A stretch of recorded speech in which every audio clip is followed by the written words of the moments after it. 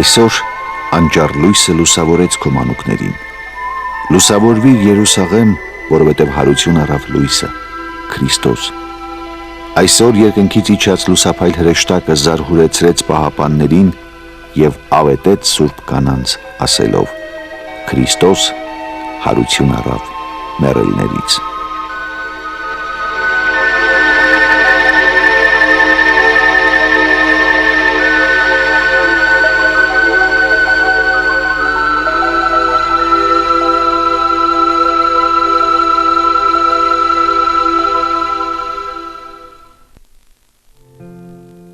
Կիրակի օրը այգաբացին Հիսուսի խաչելությունից ու թաղումից 3 օր անց յուղաբեր կանայք եկան խնկարկելու Տիրոջ գերեզմանը և այն թափուր գտան։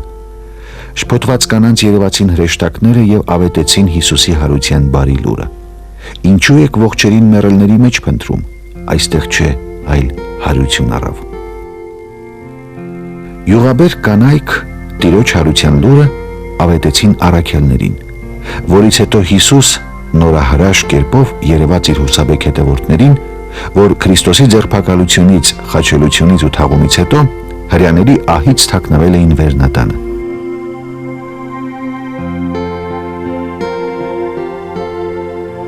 Երբ Հիսուս առաջին անգամ հայտնվեց առաքյալներին, նրանք զարհուրեցին,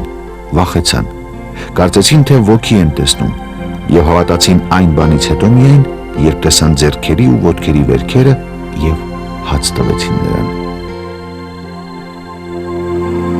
Հիսուսի առաքյալներին երևալու ժամանակ Թովմասը բացակայում էր։ Լսելով կատարվածի մասին նա ասաց. «Եթե չտեսնեմ նրա ձեռքերի վրա մեխերի նշանը և իմ մատները մեխերի տեղը չդնեմ և իմ ձեռքը նրա կողի մեջ չխրեմ, չեմ հավատա»։ Երբ Հիսուս հաջորդ անգամ երևաց աշակերտներին, պատվիրեց Թովմասին մոտենալ և շոշափել վերքերը, և առաքյալը բացականչեց. «Տեր իմ և Աստված իմ»։ Եվ Հիսուս ասաց Թովմասին. «Դու տեսար և հավատացիր, երանի նրանց, որոնք չեն տեսել և սակայն կհավատան»։ Պետրոս առաքյալ մի լուր հրեաների հռչակեց Աստվածորդու հրաշափառ հարությունը։ Աստված Հիսուսին հարություն տվեց, որին մենք բոլորս վկա ենք։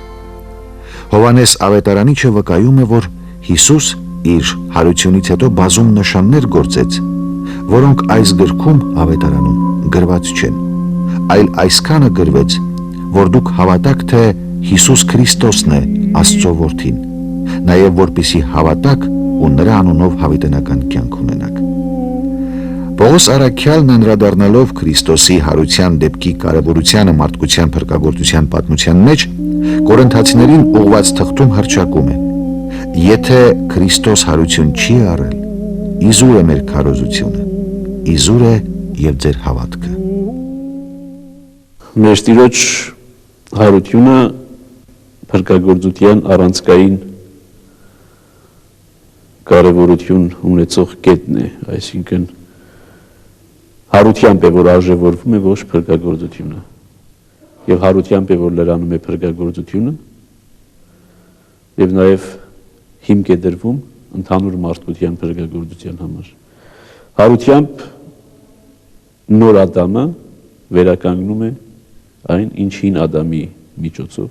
խաթարվել էր, և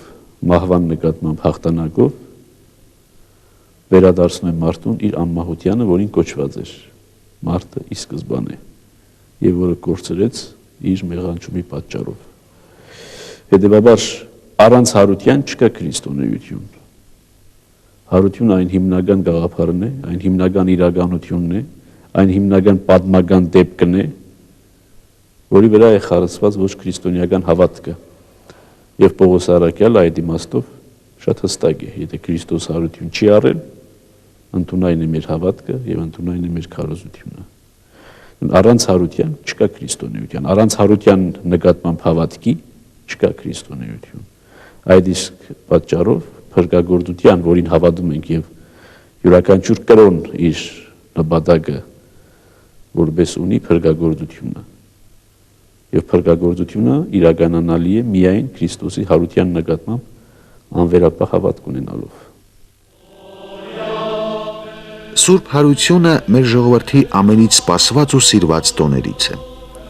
Այն շարժական տոն է եւ նշվում է գարնան գիշերհավասարին հաջորդող լուսնի լրման առաջին կիրակի օրը, մարտի 21-ից մինչև ապրիլի 26-ն ընկած ժամանակահատվածում։ Ըստ եկեղեցական օրացույցի զատկից 47 օր առաջ բուն բարեկենդանի հաջորդ օրը սկսվում է մեծ պահքը, Քրիստոսի քարոզությունը սկսելուց առաջ 40 օր անապատում առանձնանալու եւ ծոմ պահելու օրինակով։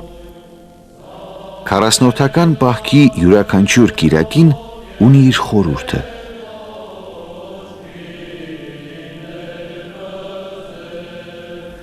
Պահքի օրերին քրիստոնյան հրաժարվում է կենդանական ծագում ունեցող ուտեստներից, մսեղենից, ձկնեղենից,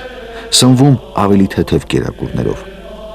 Բայց մարմնական պահեցողությունից առավել եկեղեցին կարևորում է հոգևոր պահեցողությունը, որ ծառայեցվում է կրոնական կրթությանը, հոգևոր վերազարթոնքին եւ բարեգործությանը։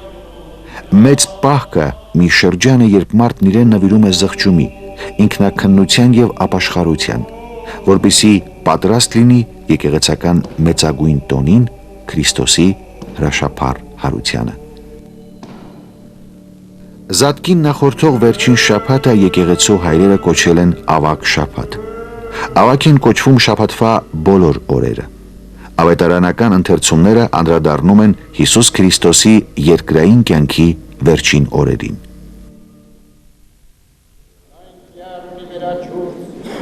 Հինգշաբթի օրը եկեղեցական արարողակարգն ամենից հագեցածն է։ Բոլոր եկեղեցիներում Քրիստոսի իր առաքյալների ոտքերը լվանալու հետևողությամբ կատարվում է ոտնլվայի արարողություն։ Երբ առաքյալների հետ վերնատանն էր, Հիսուս մի սրբիչ վերցնելով մեջքին կապեց, եւ ապա ջուր վերցնելով ածեց կոնքի մեջ եւ սկսեց իր աշակերտների ոտքերը լվանալ եւ սրբել մեջքին կապած սրբիչով։ Այսպիսով տալով սիրո եւ խոնարհության տեսանելի օրինակ։ Ոտնլվայից հետո առաքյալները Հիսուսի հետ բազմեցին զատկական սեղանի շուրջ, եւ մինչ նրանք դեռ ուտում էին, Հիսուս հաց վերցրեց, օրհնեց ու կտրեց եւ տվեց աշակերտներին ու ասաց. «Առեք, կերեք, այս է իմ մարմինը»։ Եվ բաժակ վերցնելով գոհություն հայտնեց, տվեց նրանց ու ասաց. «Խմեցեք դրանից բոլորդ, որովհետև այդ է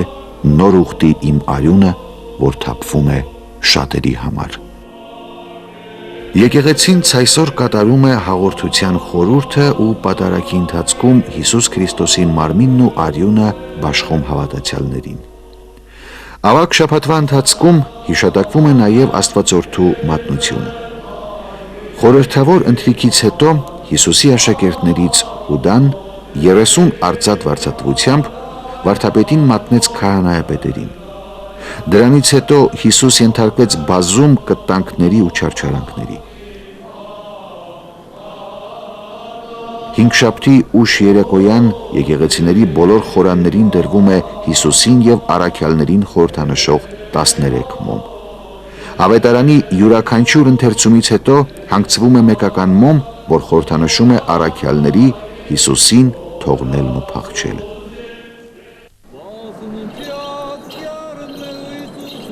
Ի վերջո վառված է մնում միայն Քրիստոսին խորհրդանշող մոմը, որպես լույսի ու հավիտենական ջերմության խորհրդանիշ։ Իր առաքյալների կողմից լքված Հիսուս դատապարտվեց մահվան եւ խաչվեց Գողգոթայում ու խաչի վրա բարձր ձայն արձակելով ավանդեց հոգին։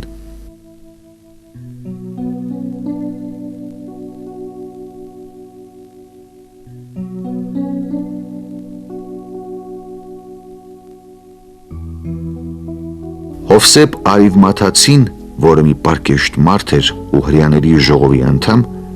Պիղատոսից խնդրեց Հիսուսի մարմինը եւ կտավ գնելով մարմինը պատեց այդ կտավով ու դրեց մի գերեզմանի մեջ, որ փորված էր ժայռի մեջ։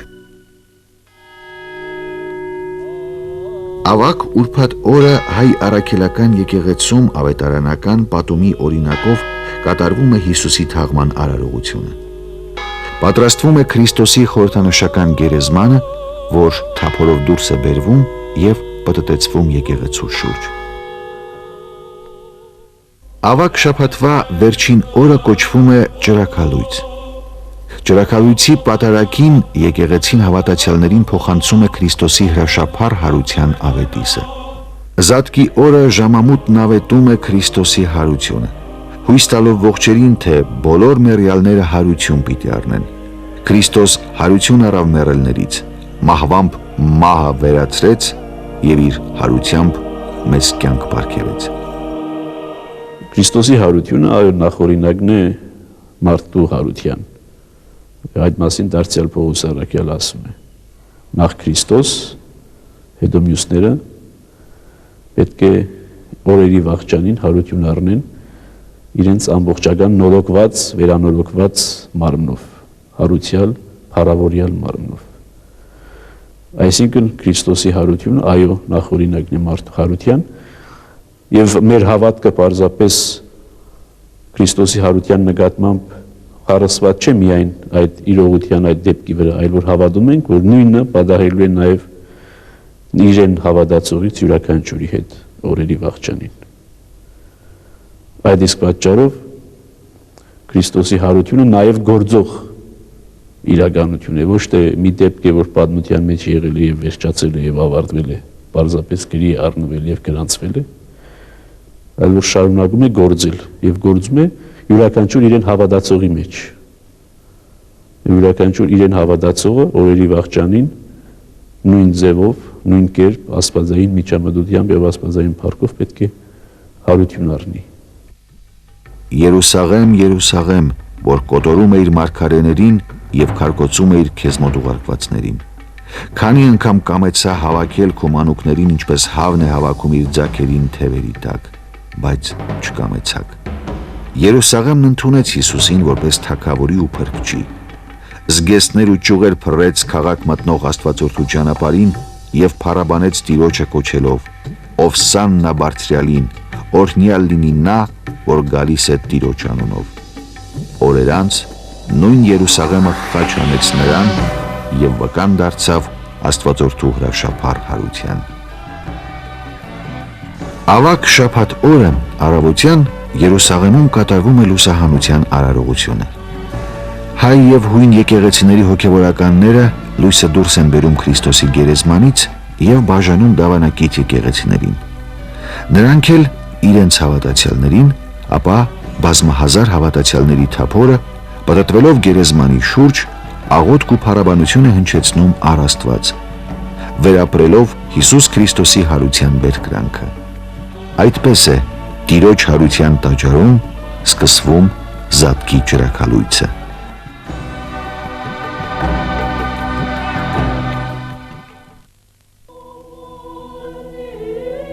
Զատկի ճրագալույցին արդեն հնչում է մեծ ավետիսը. Քրիստոս հարյավ իմերելոց, մեզ ձեզ մեծ ավետիս։ Երեկոյան պատարագից հետո Տիրոջ հրաշափառ հարության լուրը հավատացյալները տանում են տնից տուն։ Եկեղեցին սկսում է տոնախմբել լույսի ու սիրո հաղթանակը։ Վերջանում է նաև մեծ պահքը, որը լուծվում է զատկական ուտեստներով, ձկով, ձվով, կանաչեղենով, յուղով, բաղարչացով ու գինով։ Անթդ խմոր հացը եւ անապակ գինին խորհրդանշում են Աստվածորդու մարմինն ու արյունը, որ Հիսուս զատկական ընթրիքի ժամանակ բաժանեց աշակերտներին։ Ձուկը քրիստոնեական հավատի եւ հաղթական եկեղեցու խորհրդանիշն է։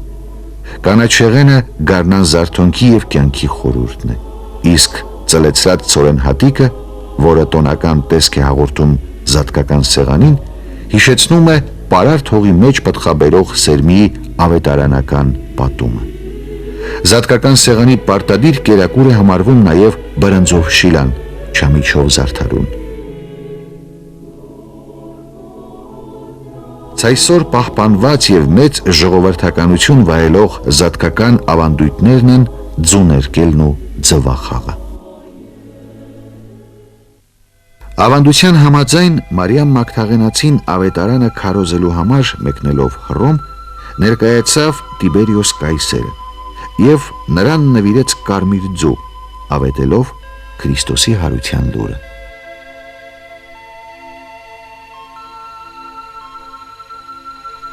Գրիգոր Տաթևացին ձուն կարմիր ներկելու համար տալիս է հետևյալ բացատրությունը։ Զատկի առաջին կիրակի օրվան նախորդող շաբաթ օրը կարմիր ձու ենք ներկում, որովհետև ձուն օրինակն է ամբողջ աշխարհի։ Դրսի կեղևը նմանվում է երկնքին, մղզաձևը օդի, սպիտակուցը ջրի, դեղնուցն էլ երկիրն է։ Իսկ կարմիր գույնը խորհրդանշում է այն, որ ամբողջ աշխարհը գնվեց Քրիստոսի արյամբ, եւ մենք կարմիր ձուն մեր ձեռքն առնելով հռչակում ենք մեր փրկությունը։ Անշուշտ անցած տասնամյակների ընթացքում մյուս կրոնական տոների նման Քրիստոսի հարության տոնը նույնպես որոշակի իմաստով տգարացել է մեր ժողովրդի կյանքի մեջ եւ դարձել է զուտ ազգային ավանդույթ։ Զատիկ իր հետ կապված ազգային սովորություններով, ճաշատեսակներով, կենցաղով, աշխուբաշխով, բայց շատ քչերը երևի իրապես ըմբոշխնում են Քրիստոսի հարության իրականությունը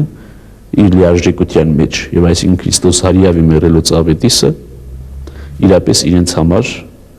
ուրախության, ցնծության մի առիթ է։ Հետևաբար մեր ժողովրդի կյանքում պետք է այդ հավատքը իրապես վերանորոգել Քրիստոսի հարության։ Մեր ժողովուրդը մշտապես ձգտում է դեպի ազգային սովորություններ եւ ազգային սովորությունների լույսի տակ է դիտում կրոնական տոները, բայց կրոնական տոները պարզապես ազգային սովորույթի արտահայտություն չեն, այլ կրոնական տոները փրկagorցության հետ կապված, ինչպես ասացինք, իրականություններ են եւ նամանավանդ զատիկը, նամանավանդ Քրիստոսի հարության տոնը պետք է դիտել այս փրկagorցական լույսի ներքո։ Արդ մեռելներից հարություն է առել Քրիստոս, ննջեցյալների առաջին պտուղը, քանզի մի մարդով մահ եղավ եւ մի մարդով մեռելների հարություն։ Ինչպես Ադամով բոլորը մեռնում են, նույնպես եւ Քրիստոսով ամենքը պիտի կենդանանան, յուրաքանչյուրն իր հերթին, նախ Քրիստոս եւ ապա քրիստոսականները։